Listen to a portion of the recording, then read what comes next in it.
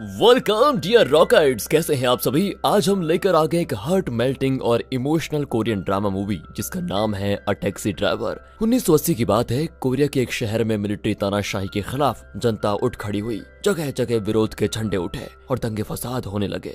लेकिन कोरिया के और दुनिया के ज्यादातर लोग इस विषय में बेकरार थे। ऐसे में इस विषय की पूरी और सच्ची खबर देने के लिए एक जर्मन रिपोर्टर कोरिया आया। उसकी मदद करता है अपना हीरो जो कि एक टैक्सी ड्राइवर है। तो ये मूवी दोस्तों इन दोनों के सफर के बारे में, ये खासकर इस बारे में कि इन दोनों ने मिलकर कोरिया के कौन से पहलू को देखा और वहाँ जनता की क्या हालत थी और आखिर में इन दोनों की ये रिलेशनशिप किस तरह दोस्ती में बदल गई। बहुत इमोशनल तरीके से दिखाया गया है। एंड क्लाइमैक्स से पहले इसमें कई ऐसे फन मोमेंट्स भी हैं जो आप जी भर के जाएंगे। यही नहीं, ये मूवी उस वक्त कोरिया में घटी सत्य घटना पर आधारित है, इसलिए हमें उम्मीद है कि आप इस मूवी के साथ और भी ज्यादा कनेक्ट हो पाएंगे। चलिए फिर आराम से बैठ जाइए। तो मूवी की शुरुआत 1980 में होती है और जब कोरिया के उस वक्त के प्रेसिडेंट की मृत्यु हो गई थी ना, तब शुरू हुआ था मिलिट्री रूल। लेकिन जनता मिलिट्री की तानाशाही से बिल्कुल नाखुश थी और उन्होंने मिलिट्री राज के खिलाफ बगावत करना शुरू किया और बदले में मिलिट्री भी जनता पर हमला करने लग गई। इस वजह से लोगों के बीच बिल्कुल वहाँ शांति फैल गई। कट करके मूवी के हीरो किम को दिखाते हैं जो सियोल में एक टैक्सी ड्राइवर है।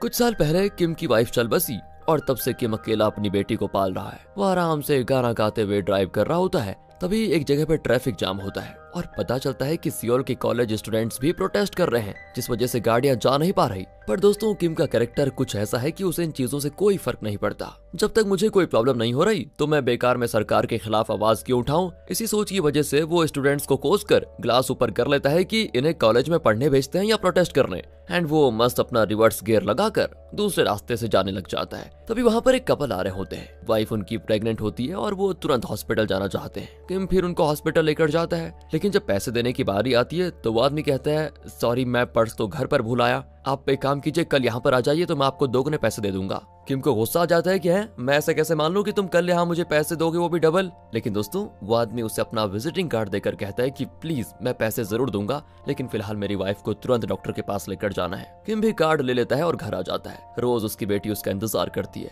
लेकिन आज वो सो चुकी थी। वो हैरान होकर उसको जगाता है कि बेटा तुम्हारी तबीयत तो ठीक है ना। एंड तब वो उसके माथे पे एक चोट देखता है। किम कहता है कि जरूर हाउस ओनर के लड़के ने मारा होगा, मैं अभी उसकी खबर लेकर आता हूँ। बेटी भी कहती नहीं पापा मत जाओ, लेकिन वो नहीं मानता और सीधे हाउस ओनर के घर का दरवाजा पीटता है। एक औरत आती है तो किम कहता है अपने बेटे को बुलाओ, उसने मेरी बेटी को मारा है।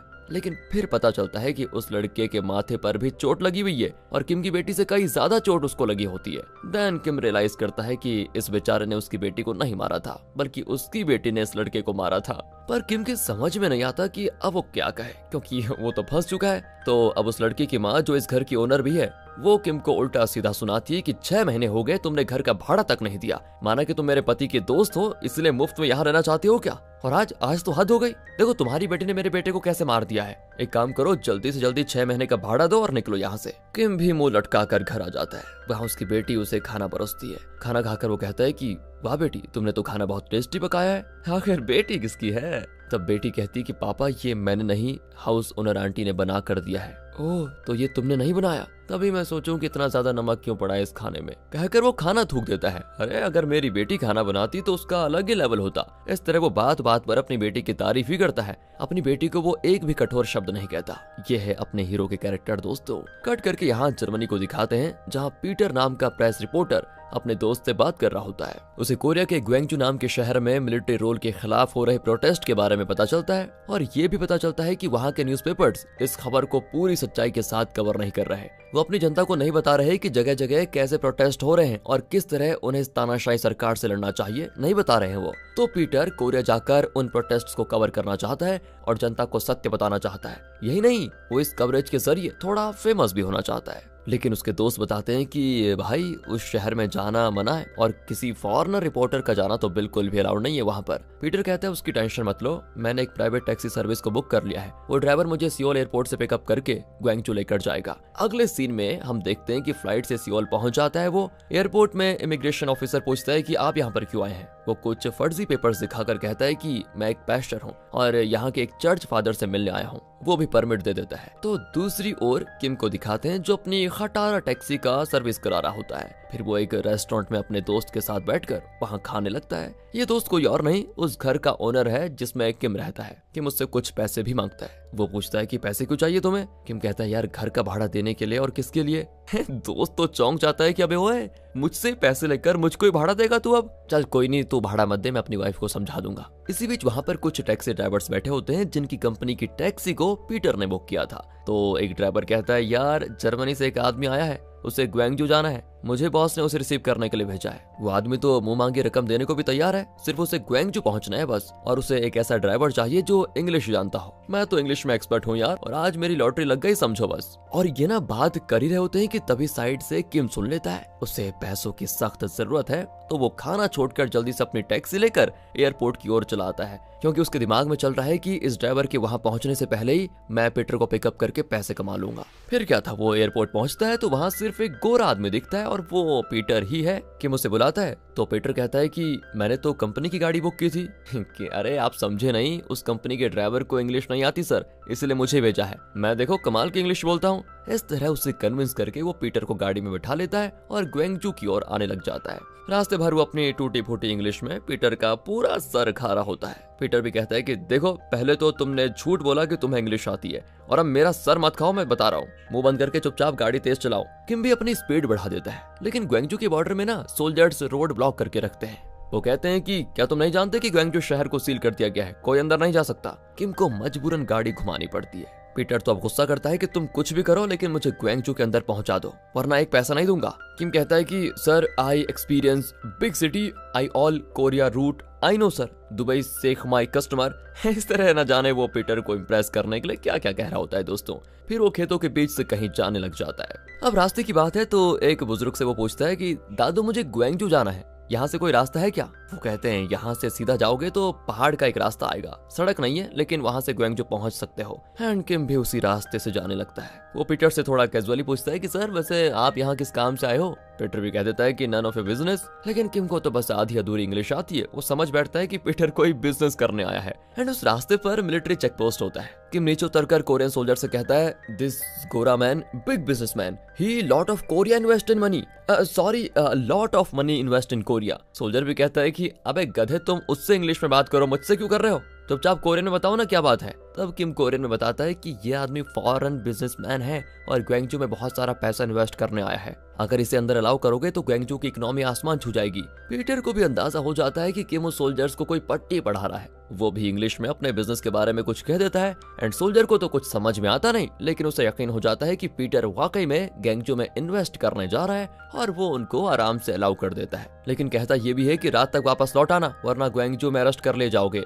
ठीक है कहकर दोनों ग्वांगजू शहर के अंदर एंटर करते हैं। लेकिन किम गाड़ी रोककर कहता है कि मुझे ना तुम अभी पैसे दे दो, वरना अगर तुमने शहर के अंदर जाकर मुझे धोखा दे दिया तो मैं क्या करूंगा। तो पीटर भी उसको आधे पैसे दे देता है और कहता है कि शहर के अंदर जाकर बाकी के पैसे दे दूंगा। किम पैसे लेकर गाड़ी चलाने लग जाता है। एंड जब वो शहर पहुंचते हैं तो वहाँ सड़कें सुनसान पड़ी होती हैं, दुकानें सब बंद होती हैं, हर तरफ टूटी फूटी चीजें पड़ी होती है। बस फिर क्या था, अब पीटर अपना वीडियो कैमरा निकाल कर उस जगह की वीडियो बनाता है। तभी एक स्टूडेंट्स ग्रुप वहां पर आता है और पूछते हैं कि तुम कौन हो। पीटर कहता है कि मैं एक जर्मन रिपोर्टर हूँ।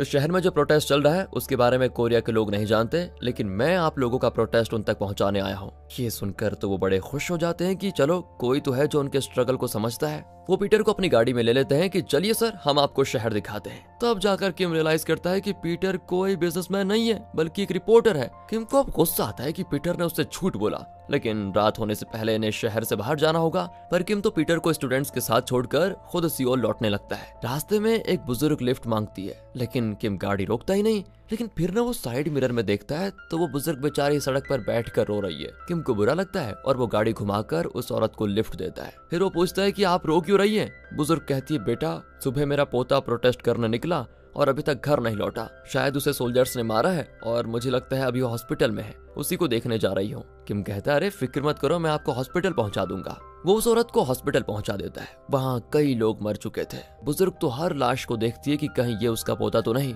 एंड तब उसका पोता आ जाता है, उसे भी थोड़ा चोटें लगी होती है। बुजुर्ग तो उसको मारने लगती है कि कहाँ चले गए थे तुम, मुझे देखो ये भला आदमी यहाँ पर लेकर आया था, इन्हें थैंक यू कहो। वो तभी किम को थैंक करता है एंड फिर किम वहाँ से निकलने ही वाला होता है कि इतने में पीटर एक स्टूडेंट के साथ वहाँ पहुँच जाता है। वो भी किम को खूब डांटता है कि अच्छा तुम मुझे छोड़कर कहाँ चले गए थे। किम कहता है कि एक बात सुनो, मेरा काम था आपको ग्वेंगजू में छोड़ना, है ना, तो वो तो मैं कर चुका हूँ, अब यहाँ मैं करूँ क्या आपके साथ। पीटर कहता है कि मेरा लेंस बैग तुम्हारी गाड़ी में है। और तब किम थोड़ा शर्मिंदा होता है और कहता है मुझे नहीं पता था कि ये बैग गाड़ी में है सर, मुझे माफ कर दीजिए। पीटर को तो किम पर बहुत गुस्सा आता है और वो किम को बाकी पैसे देकर कहता है कि तुम जाओ जहाँ जाना है, मैं यहाँ किसी और को हायर कर लूंगा, जाओ। इसी बीच वहाँ का एक टैक्सी ड्राइवर किम पर भड़क जाता है कि तुम जैसे ड्राइवर्स की वजह से ही ना सारे कोरियन ड्राइवर्स का नाम बदनाम है, कहकर वो पैसे छीनकर पीटर को दे देता है। अब किम कहता है कि मैं भी एक ईमानदार ड्राइवर हूँ समझे, कहकर वो पीटर के दिए हुए पूरे पैसे उसको लौटाकर कहता है कि सर अब मैं तभी वापस जाऊंगा जब यहाँ आपका काम खत्म होगा और काम करके मैं पूरे पैसे लूंगा। ये कहकर वो पीटर और उसके साथ आए हुए एक स्टूडेंट को कार में लेकर जाता है। तो अब रास्ते में पेट्रोल भी तो डलाना है। किम पूछता है कि मैंने तुमसे सिर्फ 3000 का पेट्रोल डालने को कहा, फिर तुम ज्यादा क्यों डाल रहे हो। तब वो लड़का कहता है कि तुम बेवकूफ हो क्या, यहाँ सभी टैक्सी ड्राइवर्स को पेट्रोल फ्री में दिया जा रहा है, जाओ गाड़ी निकालो। किम भी गाड़ी में आ जाता है और उस स्टूडेंट से पूछता है कि वो फ्री में पेट्रोल क्यों बांट रहे हैं। तब स्टूडेंट बताता है कि यहाँ जो प्रोटेस्ट चल रहा है ना, उसमें मिलिट्री के खिलाफ आवाज उठाने वालों को मिलिट्री के जुल्म सहने पड़ रहे हैं, कई लोग घायल भी हो रहे हैं, उन सब की मदद यहाँ के टैक्सी ड्राइवर्स कर रहे हैं, वो लोगों को फ्री में हॉस्पिटल वगैरह पहुंचा रहे हैं, इसीलिए हम स्टूडेंट्स ने सोचा कि क्यों ना हम टैक्सी ड्राइवर्स को फ्री में पेट्रोल दें। इसीलिए वो आदमी भी तुम्हारी गाड़ी का टैंक फुल करने जा रहा था लेकिन तुमने उसको रोक दिया। अब किम कहता है कि यार फिर तो मुझे टैंक को फुल करवाना ही चाहिए था, मैंने बड़ी बेवकूफी कर दी। फिर वो प्रोटेस्ट साइट पर पहुंचते हैं जहां पीटर वीडियो शूटिंग शुरू करता है। अब ये देखकर प्रोटेस्टर्स बहुत खुश होते हैं, वो कहते हैं कि सर आप यहाँ के लोगों के स्ट्रगल की वीडियो बनाइए और बाहर की दुनिया को बताइए कि यहाँ पर चल क्या रहा है, दिखाइए उनको लोगों के साथ हो क्या रहा है यहाँ पर और किस तरह लोग मिलिट्री के खिलाफ उठ खड़े हुए हैं। पीटर कहता है कि मैं जर्मनी से आया हूँ और प्रॉमिस करता हूँ कि ये वीडियो पूरी दुनिया में टेलीकास्ट होंगे। एंड यहाँ लोग पीटर की बहुत इज्जत करते हैं क्योंकि एक फॉरेनर को उनके लक्ष्य में मदद करने की सोची बताओ, लेकिन उनके अपने देश की सरकार तानाशाह बन गई है। और अब क्योंकि किम पीटर के लिए गाड़ी चला रहा था तो वो किम को भी बहुत प्यार देते हैं और उसे खाना भी देते हैं और कहते हैं कि आप सच में बहुत बड़ा काम कर रहे हैं। किम का तो जी भर आता है कि अनजाने में ही सही वो इस प्रोटेस्ट में एक भूमिका निभा रहा है और ये लोग जो उसको जानते तक नहीं उसे इतना प्यार दे रहे हैं। फिर वो एक ऊंची बिल्डिंग पर जाते हैं जहां उनको प्रोटेस्ट का बहुत बढ़िया व्यू दिखेगा। वहां एक कोरियन रिपोर्टर होता है जो इंग्लिश में पीटर को वार्न करता है कि अगर मिलिट्री को पता चल गया कि आप वीडियो शूट कर रहे हैं तो वो आपको मार डालेंगे,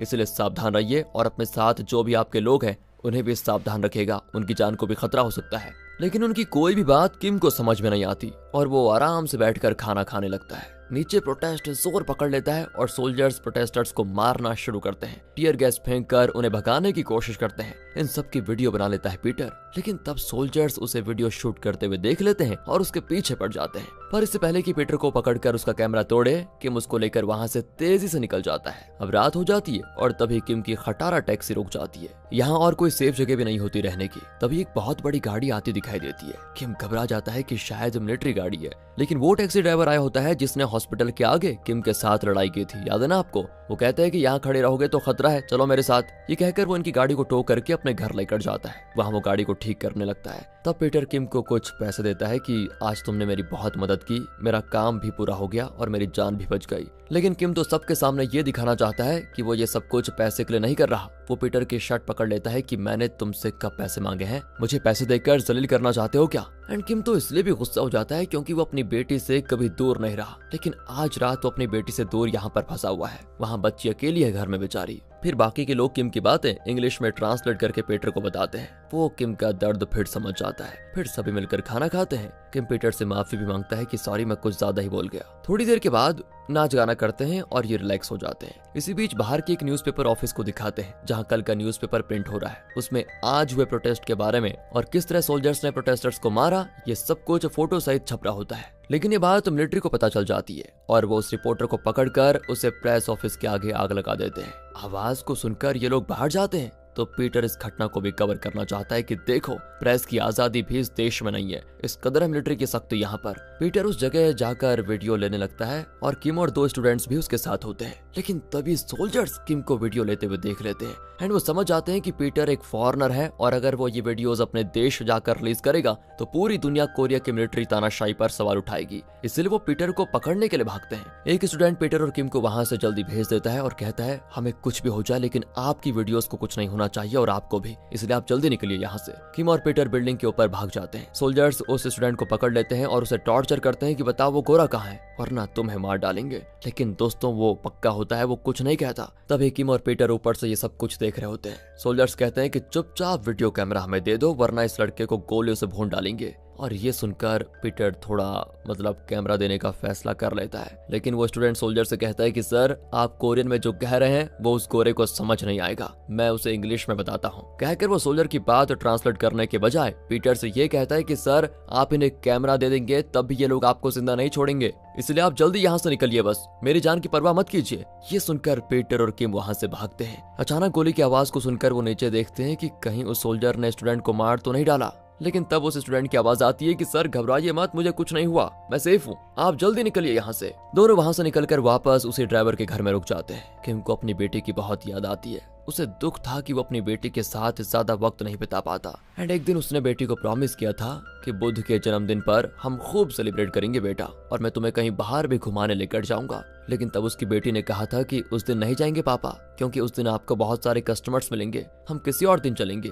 देखा, छोटी उम्र में उसकी समझदारी और अपने पापा के बारे में उसे इतना ख्याल था। ये सोचकर कि उस वक्त बहुत प्राउड फील करता है। उन बातों को सोचकर ही वो अभी दुखी होता है कि ये मैं कहाँ फंस गया इस मुसीबत में। वो फैसला करता है कि कुछ भी हो जाए, सुबह होते ही वो अपनी टैक्सी लेकर सियोल चला जाएगा। अगली सुबह 5 बजे ही, जब कोई नहीं जागता, तभी किम चुपके से अपनी टैक्सी लेकर वहां से निकलने वाला होता है। लेकिन तब वो ड्राइवर जिसके घर पे ये लोग ठहरे थे वो आ जाता है। वो किम को कुछ पैसे देता है और कहता है गाड़ी मैंने ठीक कर दी है और स्पेयर पार्ट्स भी चेंज कर दिए हैं। मैं जानता हूँ तुम्हें अपनी बेटी की कितनी फिक्र हो रही है, इन पैसों से उसके लिए कुछ खरीद लेना। ये सब कुछ देखकर किम का दिल भर आता है। वो वहां से निकलता है और जब वो ग्वेंगजू के पास एक टाउन में पहुंचता है ना, तो सबसे पहले वो एक टेलीफोन बूथ से अपनी बेटी को कॉल करके कहता है बेटा मुझे एक कस्टमर को ड्रॉप करने में देरी हो गई, इसलिए घर नहीं आ पाया, लेकिन अब मैं घर आ रहा हूँ, तुम फिक्र मत करो। कहकर वो कॉल काट देता है और उसके लिए प्यारे से शूज खरीदता है, क्योंकि उसने शूज मांगे थे ना। फिर वो एक होटल में खाना खाने जाता है। इस टाउन के लोगों को जरा भी आइडिया नहीं होता कि ग्वेंगजू की असली स्थिति क्या है। वो उल्टा प्रोटेस्टर्स को ताना मार रहे होते हैं कि सरकार सबके लिए कितना कुछ कर रही है,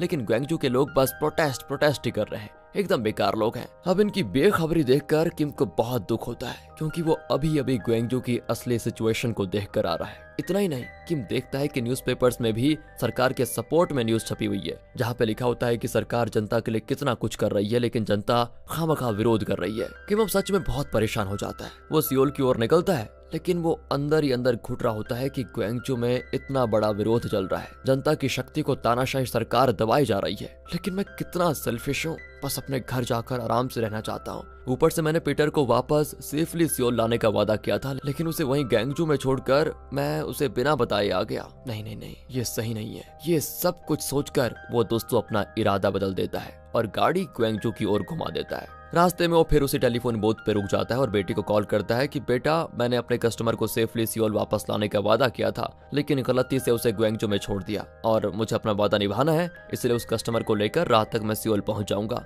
फिर हम रात में घूमेंगे, ठीक है? तुम घर में आराम से बैठी रहना, सेफ रहना। उसकी बेटी ओके पापा कहकर कॉल काट देती है। अब किम ग्वेंगजू की ओर ड्राइव करने लगता है। वो उस टैक्सी ड्राइवर के घर जाता है तो पता चलता है कि ड्राइवर और पीटर हॉस्पिटल गए हैं। किम सोचता है कि पता नहीं क्या हो गया, तो वो घबरा कर हॉस्पिटल जाता है। वहाँ उस स्टूडेंट की लाश होती है जिसने कल रात अपनी जान की परवाह न करते हुए पीटर और किम को बचाया था। असल में सोल्जर्स ने उसको बहुत बुरी मौत दे दी। उसकी लाश को देखकर किम पूरी तरह टूट जाता है। पीटर और वो टैक्सी ड्राइवर तो बैठकर रो रहे होते हैं। किम उसे कैमरा पकड़ाकर कहता है कि सर आप चुप क्यों बैठे हैं, इसकी भी वीडियो बनाइए ना और दुनिया को दिखाइए कि सच क्या है। पीटर का दिल बहुत भारी होता है और वो कैमरा पकड़ भी नहीं पाता, लेकिन फिर भी वो हिम्मत जुटाकर घायल स्टूडेंट्स और मुर्दे घर में पड़ी लाशों की वीडियो शूट करता है। फिर टैक्सी ड्राइवर कहता है कि अब तक जो लिया है काफी है सर, हम चाहते हैं कि आप जिंदा सियोल पहुंच जाएं और वहां से अपने देश जाकर सारी वीडियोस के द्वारा दुनिया के सामने यहाँ की असलियत बता दे। फिर वो सियोल पहुंचने का एक शॉर्टकट किम को बताता है और एक मैप भी देता है। फिर वो किम की गाड़ी पर उसका नंबर प्लेट निकालकर ग्वेंगजू का कोई नंबर प्लेट लगा देता है ताकि सोल्जर्स इनको रोके ना।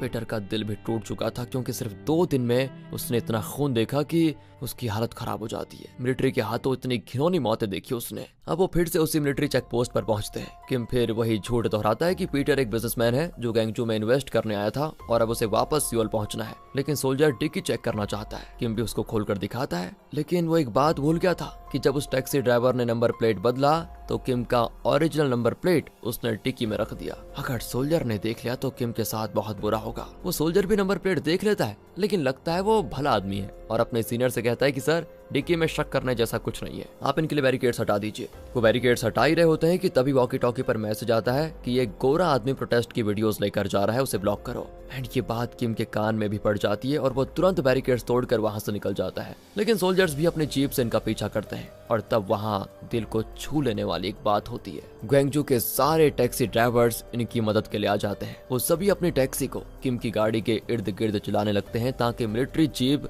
किम की गाड़ी को रोक ना पाए और पीटर और किम की जान खतरे में ना पड़े। वो कहते हैं कि हमें कुछ भी हो जाए, लेकिन आप लोगों का सियोल पहुंचना बेहद जरूरी है। सिर्फ आप ही हमारे लोगों के स्ट्रगल को दुनिया का सपोर्ट दिला सकते हैं। अचानक वो गाड़ी को रिवर्स करने लगता है और पीछे आती मिलिट्री जीप से टकरा जाता है और जीप उल्टा हो जाता है। इस तरह तो कुछ लोग मारे भी जाते हैं। किम को ये सब कुछ देखकर बड़ा दुख होता है, लेकिन किम और पीटर किसी तरह सियोल पहुंच ही जाते हैं। लेकिन इसी बीच मिलिट्री ऑफिसर्स एयरपोर्ट को कॉल करके पता लगाने को कहते हैं कि पीटर कल सुबह 10 बजे की फ्लाइट से जर्मनी जाने वाला है। वो कहते हैं कि उसे एयरपोर्ट में पकड़ कर रखो, वो यहाँ से निकल ना पाए। लेकिन पीटर जानता था कि ये कल सुबह उसको पकड़ने वाले हैं, इसीलिए वो उसी रात की फ्लाइट में एक टिकट बुक कर लेता है। लेकिन जाने से पहले वो किम और उसकी बेटी के लिए कई कपकेक्स और स्वीट्स खरीद कर देता है और कहता है कि मुझे पता है यहाँ बुद्ध का जन्मदिन बहुत शानदार तरीके से सेलिब्रेट किया जाता है, ये तुम्हारी बेटी के लिए है मेरी तरफ से। फिर वो किम को 2 दिन की उस खतरनाक माहौल में गाड़ी चलाने के लिए पूरे पैसे दे देता है और कहता है आज से तुम मेरे सबसे अच्छे दोस्तों में से एक हो।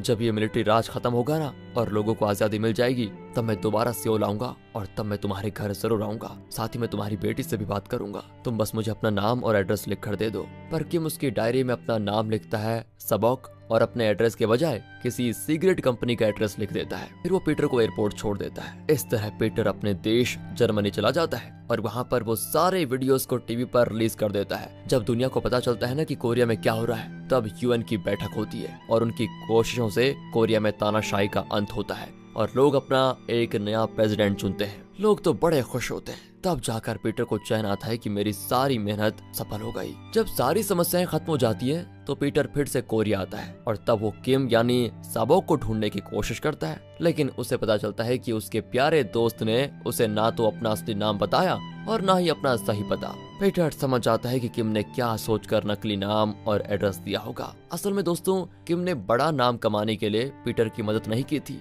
वो तो सिर्फ अपने ज़मीर का कहा मान रहा था। वो नहीं चाहता था कि उसका नाम कहीं भी आए, क्योंकि हजारों स्टूडेंट्स जिनके नाम भी शायद किसी को पता नहीं होंगे, उन बच्चों ने अपने देश को मिलिट्री से आजाद करवाने के लिए अपनी जान दे दी। ऐसे में वो सोचता है कि मैं क्यों डंका बजाऊं कि मैंने किसी रिपोर्टर की मदद की। यही सोचकर किम ने अपना असली नाम और पीटर को अपना असली पता नहीं बताया। पीटर भी ये समझ जाता है और उसे किम पर बड़ा गर्व होता है। दुख भी होता है उसको कि वो किम से दोबारा नहीं मिल पाएगा। कट करके यहाँ से लगभग 20 साल के बाद की कहानी होती है। 2003 की बात है। पीटर को कोरिया के प्रोटेस्ट को दुनिया के सामने लाने के लिए कई अवार्ड्स दिए जाते हैं। एक अवार्ड सेरेमनी में वो बताता है, मैं तो सिर्फ एक जरिया था, असली श्रेय तो उस टैक्सी ड्राइवर को जाता है जिसने अपनी जान की परवाह न करते हुए अपने लोगों की आजादी दिलाने में मेरी मदद की। लेकिन दुख की बात यह है कि मैं तो उसका असली नाम भी नहीं जान पाया आज तक। मैं जब भी कोरिया जाता हूँ तो हर बार उसे ढूंढने की कोशिश करता हूँ, लेकिन आज तक मैं असफल रहा। साबोक, अगर तुम मेरा इंटरव्यू किसी न्यूज़पेपर में पढ़ो, प्लीज एक बार मुझे कांटेक्ट कर दो,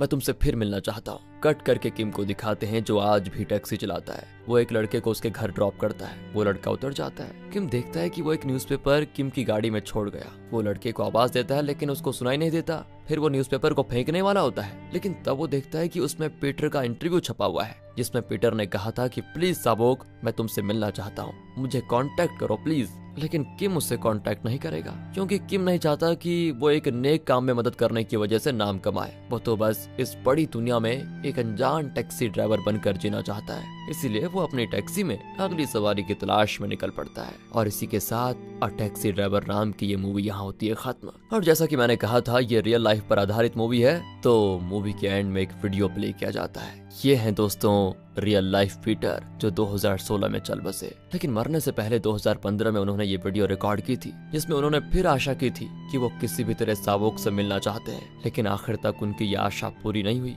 2 दिनों की इनकी दोस्ती बहुत गहरी थी, लेकिन ये दोनों फिर कभी नहीं मिले। हमें उम्मीद है ये मूवी आपको पसंद जरूर आएगी। बाकी अगर आपको वीडियो अच्छी लगी हो, स्टोरी अच्छी लगी हो, एक्सप्लेनेशन अच्छा लगा हो तो लाइक कीजिए, चैनल को सब्सक्राइब। मिलते हैं अगली वीडियो में, ध्यान रखिएगा अपना and finally thanks for watching.